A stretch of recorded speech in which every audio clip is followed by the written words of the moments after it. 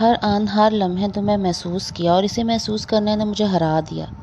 اگر ہمارے درمیان یہ خوشخبری نہ ہوتی تو خدا کی قسم میں اب تک کوئی انتہائی فیصلہ کر چکی ہوتی۔ ایک دفعہ پھر رو دی تو موسیٰ نے بڑے ضبط کا مظاہرہ کرتے ہوئے اس کا ہاتھ تھام لیا۔ وہ مزید سسکی۔ آئی ایم سوری منتہا۔ اس کے دونوں ہاتھوں کو تھام کر وہ معافی مانگنا چاہتا تھا، مگر منتہا ایک دم بے اختیار اس کے کندھے پر پیشانی ٹکا کر پھوٹ پھوٹ کر روئی۔ تم بہت برے ہو موسیٰ، بہت برے۔ وہ سسکتی رہی۔ میں تمہیں کبھی معاف نہیں کروں گی۔ تمہیں اتنے دن گزرنے کے بعد اپنی اولاد کا بھی خیال نہ آیا؟ روتے روتے ایک دم سر اٹھا کر موسیٰ کو سوالیہ نظروں سے دیکھا تو شرمندہ سا ہو گیا۔ اتنا رلایا تم نے مجھے، بغیر کسی قصور کے مجھے سزا دی، کوئی یوں بھی کرتا ہے؟ وہ سب گلے شکوے بہا دینا چاہتی تھی۔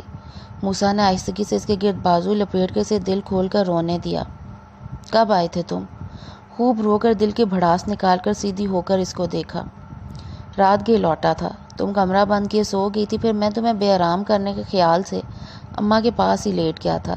صبح تم مصروف تھی، کچھ ایک دم تمہارے سامنے آنے کی ہمت ہی نہ تھی، سو آرام سے تمہیں کام کرنے دیا، باقی سب کو بھی منع کر دیا کہ تمہیں نہ بتائیں۔ وہ کہہ رہا تھا تو اس نے گہرا سانس لیا۔ تو پھر میں امید رکھوں کہ تم مجھے معاف کر دو گی؟ منتہا کے رویوں نے اسے کافی حوصلہ دیا تھا، اس لیے کچھ اطمینان سے کہہ رہا تھا۔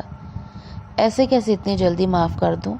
میرے ساتھ جو اتنا برا سلوک کیا، مجھے ساری عمر سزا دینے کے دعوے کیے، وہ سب بھولنے والے ہیں کیا؟ اسے مطمئن ہوتے دیکھ اس نے خفگی سے کہنا چاہا تو اس نے ایک دم اس کے سامنے ہاتھ جوڑ دیے۔ اب بھی معاف نہیں کرو گی کیا؟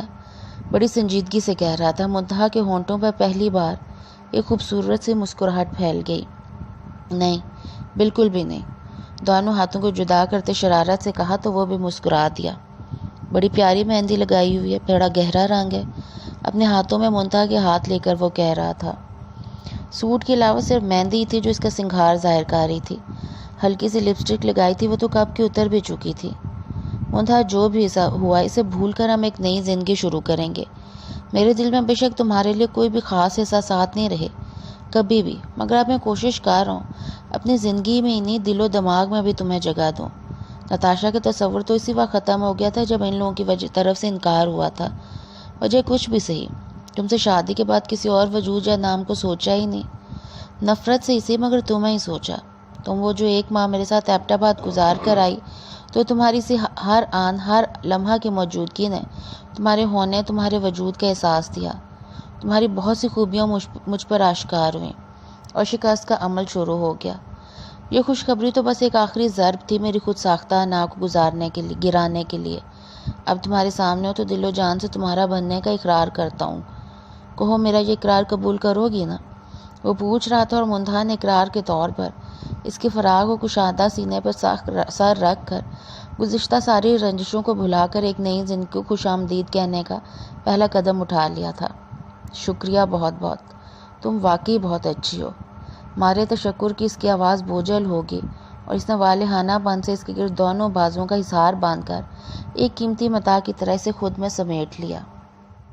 لسنرز، ایسا ہوا کہ جو میری ایپ ہے اس میں 1 گھنٹے سے زیادہ ریکارڈنگ نہیں ہو سکتی، تو یہ تھوڑی سی ریکارڈنگ رہ گئی تھی تو میں نے علیحدہ سے کر دی تاکہ ناول کمپلیٹ ہو جائے اور آئندہ کے لیے مطلب مجھے پتہ چل گیا اس ایپ کا، تو مجھے مسئلہ نہیں ہوگا۔ آپ لوگوں کا ٹیمپو تھوڑا سا ٹوٹ گیا، اس کے لیے معذرت خواہ ہوں، لیکن نیکسٹ ٹائم کے لیے یہ مجھے آئیڈیا ہو گیا۔ اس کے ساتھ ہی اللہ حافظ۔